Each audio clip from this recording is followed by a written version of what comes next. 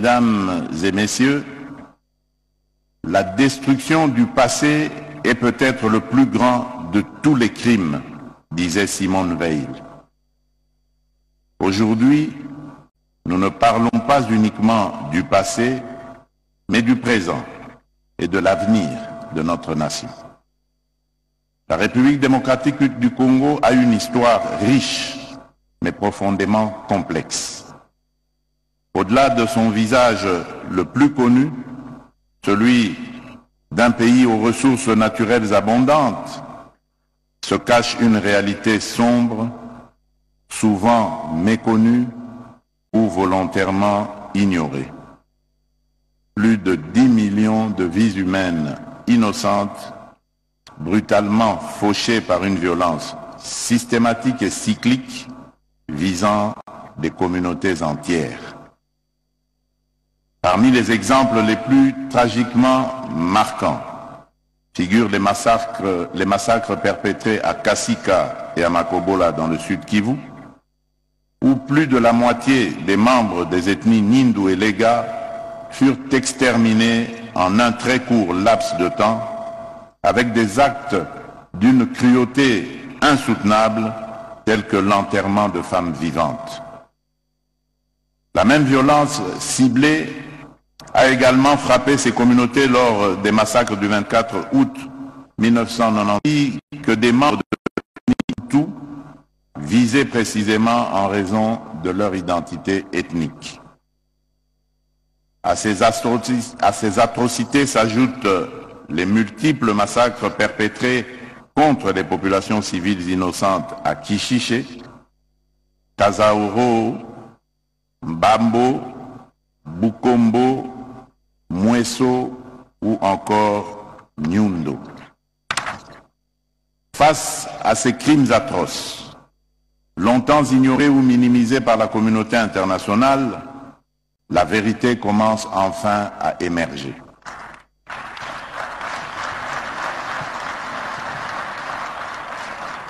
Divers rapports détaillés des Nations Unies, incontestables, ont clairement établi la réalité d'innombrables crimes et des violations massives des droits humains et du droit international humanitaire commis depuis 1993 sur le sol congolais. Ces actes atroces, perpétrés directement ou indirectement par certains pays voisins, en particulier le Rwanda, à travers des forces négatives qu'ils créent, forment, arment et soutiennent, ne laissent plus aucun doute quant à l'existence d'un véritable génocide dans chacun de ces tragiques épisodes.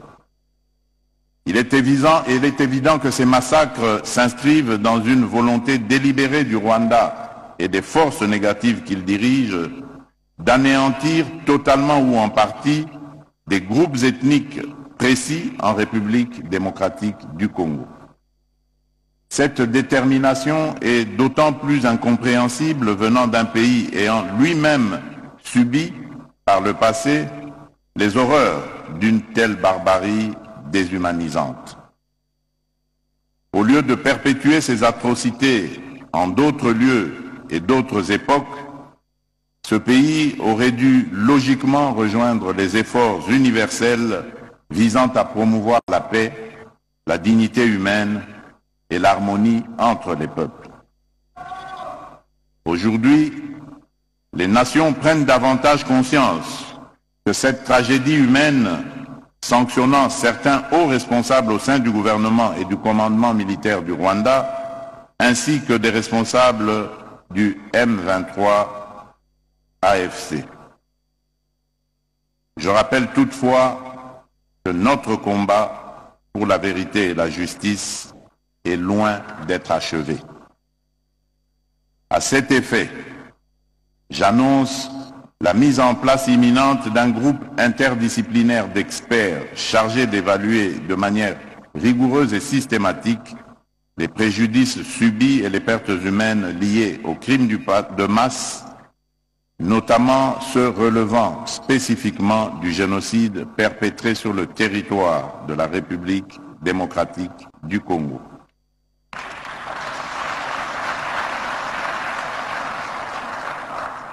Distingués invités, mesdames et messieurs, cette table ronde doit nous permettre non seulement de témoigner, mais surtout de construire ensemble une stratégie nationale efficace pour obtenir la reconnaissance internationale du génocide commis sous notre sol et pour consolider durablement la paix dans notre pays. La République démocratique du Congo, fidèle aux engagements internationaux pris, notamment à travers la Convention sur le génocide et le statut de Rome, ne ménagera aucun effort pour que justice soit faite, pour que la dignité de nos victimes soit restaurée et pour que l'histoire vraie de notre pays soit enfin écrite par les Congolais eux-mêmes.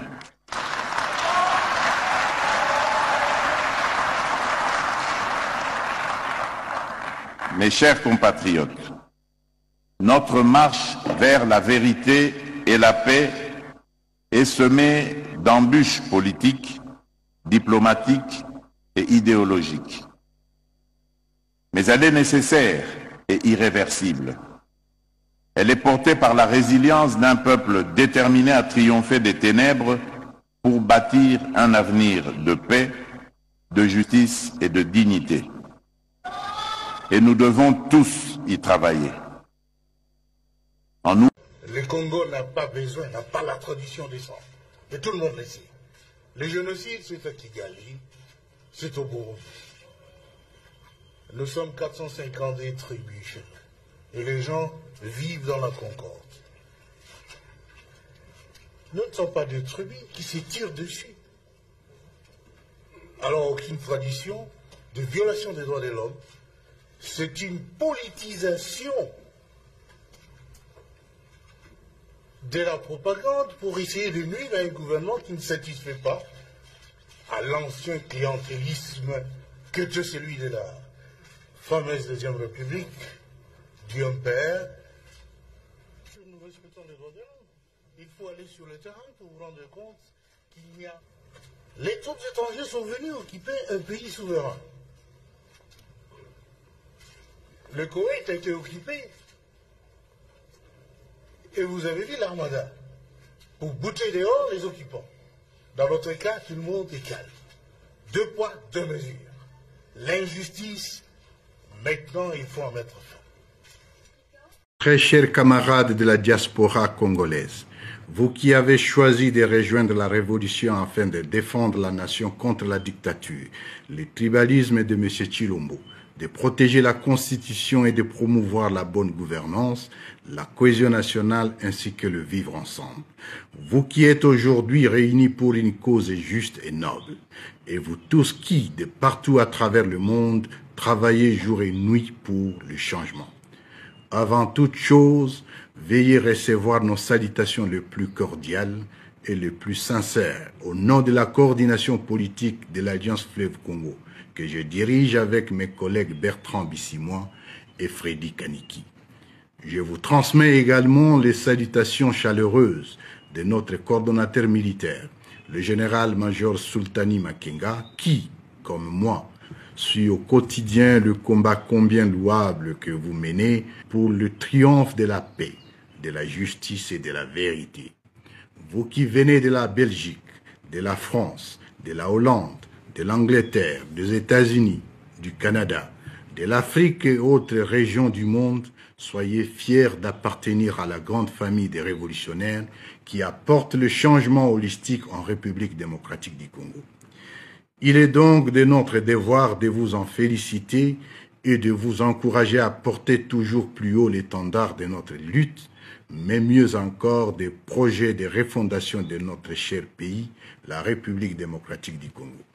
Comme vous pouvez bien le constater, cette libération partie de Bunagana nous a menés à ce jour jusqu'à Goma et à Bukavu par la volonté de Dieu et des millions de Congolais qui croient en cette cause et qui nous appellent et nous réclament désormais dans tous les pays.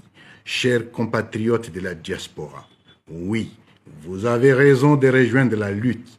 La diaspora constitue en effet l'une des composantes de l'Alliance Fleuve Congo aux côtés des mouvements politico-militaires, des partis et regroupements politiques, de personnalités et des plateformes de la société civile.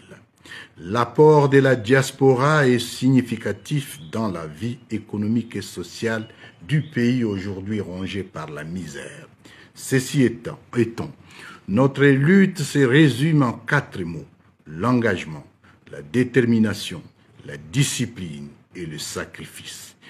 Il y a de nos compatriotes qui ont sacrifié leur vie pour cette révolution et beaucoup continuent à s'engager jusqu'au sacrifice suprême.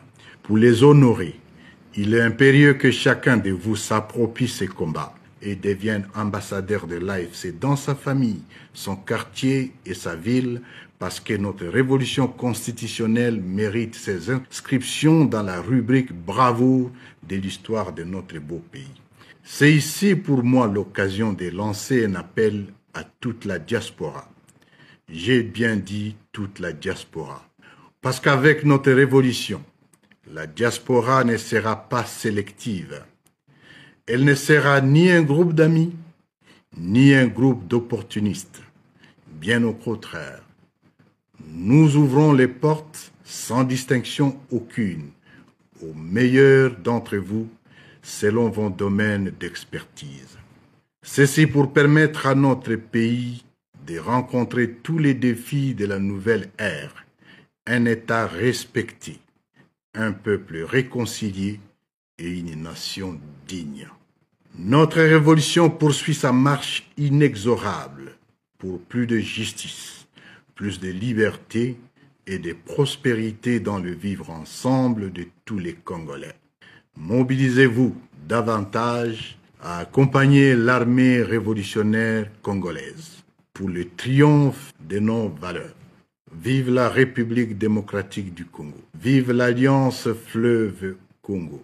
Vive la diaspora congolaise. Que Dieu vous bénisse et vous protège. Je vous remercie. Il aurait seulement déposé la démission. Ça permettrait aux Congolais de se parler entre eux, de se réconcilier et de reprendre les choses en main. On ne peut pas diriger un pays avec autant de tribalisme, avec autant de légèreté, avec un enrichissement sans cause. Moi, je sais comment il est, tout le monde sait comment il était. Moi, j'ai des photos, c'est parce que je suis un homme d'État. Je pouvais, si je me mettais à présenter ce qu'il faisait, j'ai des photos et des vidéos. Quelqu'un qui n'avait même pas une parcelle, quelqu'un qui ne savait même pas comment est-ce qu'il habitait chez ses parents, quelqu'un qui manquait pour même ce qui est nécessaire pour voyager. Et moi, je suis de ceux auprès de qui s'approvisionnait.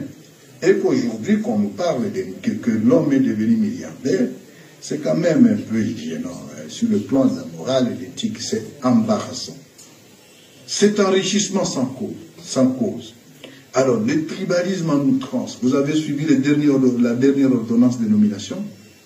Filles, fils, oncles, cousins, beaux-frères, amis et consorts. Est-ce que le Congo mérite ça? Mais même si alors on faisait cela et que non, les Congolais retrouvent sa dignité. Quelle est la dignité du Congolais aujourd'hui? Le Congolais doit manger.